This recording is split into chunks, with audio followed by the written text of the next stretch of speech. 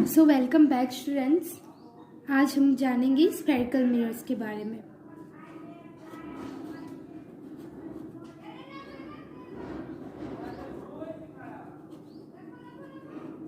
Okay, तो spherical mirror में सबसे पहले हम लोग जानेंगे definition. Okay, so what is spherical mirror. Okay, तो पहले डेफिनेशन देखते हैं।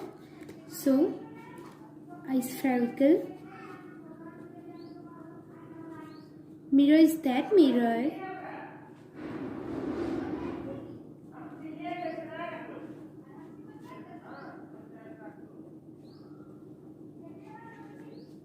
whose reflecting surface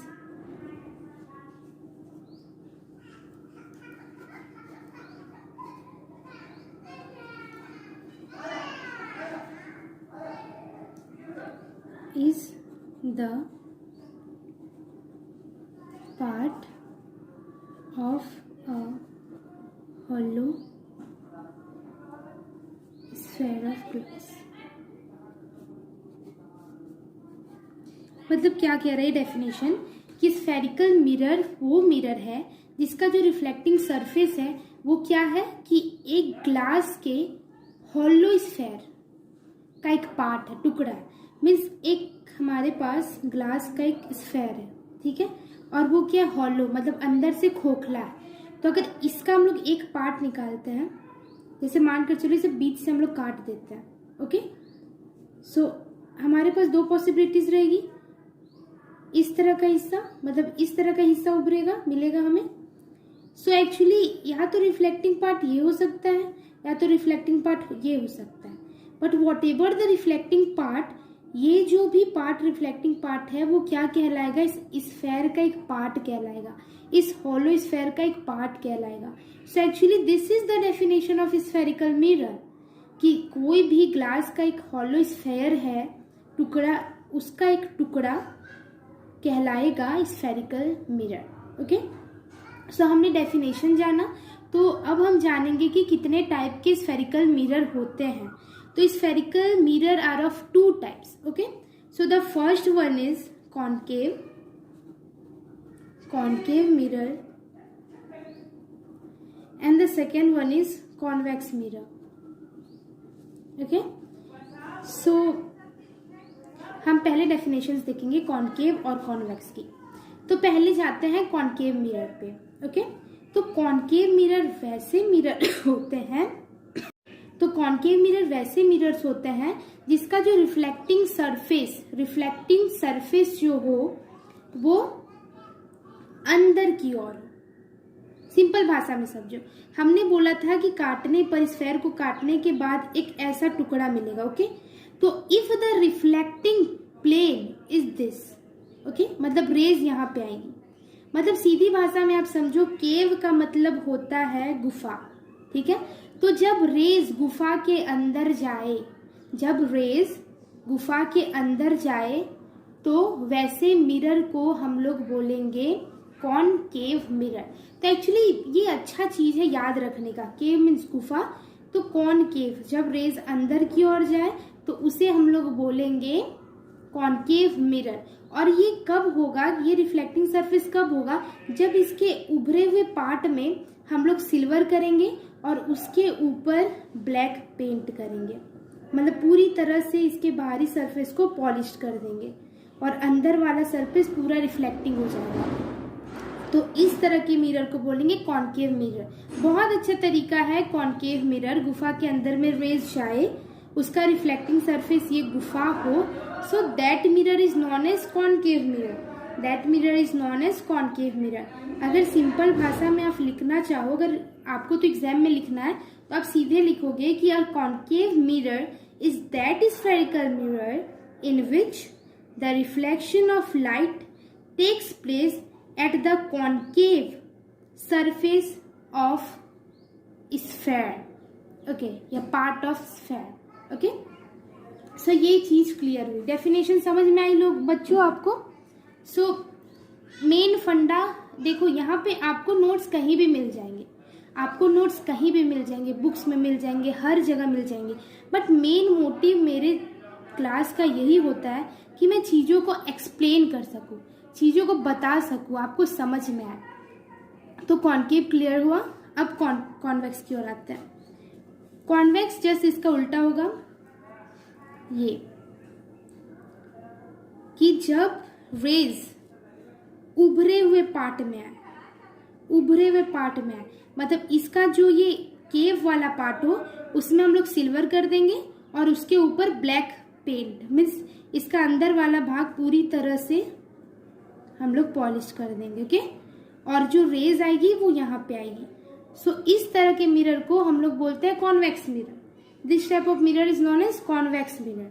और कॉन्वेक्स मिरर का अगर डेफिनेशन लिखना है तो आप लिख सकते हो कि a convex mirror is that spherical mirror in which the reflection of light takes place at the convex surface, or you can say that bulging out surface, bulging out surface. Okay, मतलब जिसमें जो raise bulging वाले surface पे, जो निकला हुआ उभरा हुआ बल्ग आउट वाले सरफेस पे पड़े तो उसे हम लोग कहेंगे कॉन्वेक्स मिरर। तो यहाँ तक चीजें क्लियर हुई कि what is concave mirror and what is convex mirror. तो आई थिंक, आई होप कि आपको ये सब चीजें क्लियर हो गई होगी। ओके, सो अगर हम लोग नेक्स्ट तरफ से बढ़ते हैं, मतलब हमारे पास दो तरीका है, या तो कॉनकेव और कॉन्वेक्स को साथ में चले या तो एक एक करके चले। तो एक्चुअली मेरा मानना है कि पहले हम लोग एक चीज को क्लियर करते हैं, उसके बाद दूसरे टॉपिक में बढ़ेंगे। Okay, so let's we start concave mirror. Okay, तो हम लोग बढ़ते हैं कॉनकेव मिरर की ओर।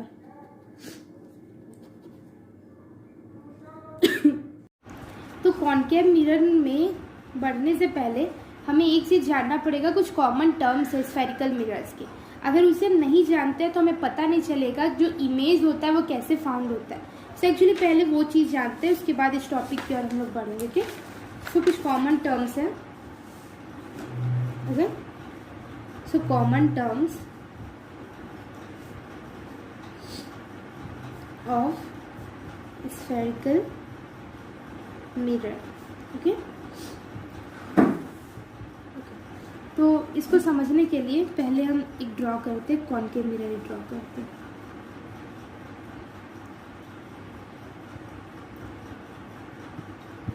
देखो मैंने यहाँ पे बस मतलब मेरी प्रैक्टिस है इसीलिए मैंने ऐसे शो किया है, लेकिन अगर आप जब भी कॉपी में बनाओ, इमेज बनाओ या कुछ भी बनाओ, तो आपको ये मिरर कुछ इस तरह से बनाना है, मतलब स्ट्रेट लाइन, साथ में ये थोड़ा सा ऐसे हो रहा हो, क्योंकि अगर एक छोटा सा पार्ट हम लोग इसका लेते हैं तो हमें एक स्ट्रेट लाइन की तरह दिखता है। सो आपको अगर बनाना है तो आपको इस तरीके से बनाना होगा। बाय द वे मैंने ऐसे बनाया, लेकिन आप लोगों को अच्छे से बनाना है। ओके, तो हम लोगों को पता है कि ये जो स्फेरिकल मिरर्स होते हैं, it is a part of sphere. Okay, इस तरह से अगर हम लोग इमेजिन करें उस स्फेयर को तो कुछ इस तरह से मिलेगा। ओके, ठीक से नहीं बनाया but you can understand. Okay, तो इस तरह से बनेगा। ठीक है, तो इस स्फेयर का अपना एक सेंटर पॉइंट होगा, अपना एक सेंटर पॉइंट होगा। तो इस सेंटर ऑफ पॉइंट को बोलते हैं सेंटर ऑफ कर्वेचर, मतलब जिस कर्व का ये सेंटर है उसे बोलेंगे सेंटर ऑफ कर्वेचर। ओके, और इस मिरर के मिड पॉइंट को बोलेंगे, इस मिरर का मिड पॉइंट को बोलेंगे हम लोग पोल, और इसको डिनोट किया जाता है P से, और सेंटर ऑफ कर्वेचर को डिनोट किया जाता है C से। Okay, now it's clear. Okay, अब क्या करते हैं, इस पोल और कर्वेचर से एक लाइन जाती है, इस पोल और कर्वेचर से एक लाइन जाती है। ओके, और इस लाइन से जो एक्सिस मिलेगा, मतलब वो एक्सिस जो पोल और सेंटर ऑफ कर्वेचर को मिलाए, ओके, मीट करवाए, this axis is known as principal axis. Okay, अब क्या होता है कि दिस सेंटर ऑफ कर्वेचर और पोल के बीच में एक पॉइंट होता है जिसको हम लोग बोलते हैं फोकस और फोकल पॉइंट, फोकस और फोकल पॉइंट, और इसको इंडिकेट किया जाता है एक्स। ओके, अब क्या होता है कि अगर हम लोग किसी भी मिरर में कोई भी डिस्टेंस को बताना है या डिस्टेंस को मेजर करना है तो उस डिस्टेंस को हम लोग इस पॉइंट P से मतलब मिरर के पोल से ही मेजर करेंगे। ओके, तो यहाँ पे मेन दो डिस्टेंसेस है। तो पहला डिस्टेंस इस पोल और कर्वेचर के बीच में, इस पोल और कर्वेचर के बीच के डिस्टेंस को हम लोग बोलते हैं radius of curvature. Radius of curvature, not radius of curvature, या हाँ radius of curvature, because this is the centre of curvature and this is the means the point in the side. So actually that's why this is known as radius of curvature। और एक term आता है और एक distance आता है, वो होता है पोल और फोकस के बीच में। तो इस डिस्टेंस को हम लोग बोलते हैं focal length. Focal length, okay. तो ये सब चीजें और इसे इंडिकेट करते हैं small apps, this indicate by R. So ये सब चीजें ध्यान में रखेंगे तभी जा करके आगे हमें कि कैसे इमेजेस फॉर्म होते हैं मिरर में वो पता चलेगा। तो ये सब पॉइंट्स हम लोगों ने देख लिया, पोल देख लिया। तो सबसे दिमाग में क्लियर रखो हर एक फंडा कि ये मिरर एक स्फेयर का पार्ट है, उस स्फेयर के सेंटर को सेंटर ऑफ कर्वेचर बोला जाता है, इस मिरर के सेंटर पार्ट को पोल बोला जाता है। अब इससे मतलब सेंटर और पोल को एक एक्सिस मीट करवाती है और उस एक्सिस को प्रिंसिपल एक्सिस बोला जाता है। पोल और सेंटर ऑफ कर्वेचर के बीच में एक पॉइंट होता है जिसे एफ यानी फोकस या फोकल पॉइंट कहते हैं, और जितना भी डिस्टेंस होगा उसका मेजरमेंट पोल से ही होता है। So this must be remember, okay. So pole और फोकस के बीच के डिस्टेंस को फोकल लेंथ कहते हैं, पोल और सेंटर ऑफ कर्वेचर के बीच के डिस्टेंस को रेडियस ऑफ कर्वेचर कहते हैं। सो एक्चुअली ये सब फंडा बहुत क्लियर होना चाहिए, क्योंकि अगर आपके पास ये सब फंडा क्लियर नहीं होगा सो आगे हम लोग बढ़ ही नहीं सकते हैं। तो ये सारी टर्म्स क्लियर हो गई। अब कुछ रूल्स हैं, कुछ स्पेशल रूल्स हैं which you have to remember कि आप जब भी वो बनाओ, मतलब जब भी आप मिरर्स बनाओ कि वो कैसे फॉर्म होता है, तो वो आपको उस वक्त मतलब काम आएंगे। सो वो रूल्स देख लेते हैं, ओके।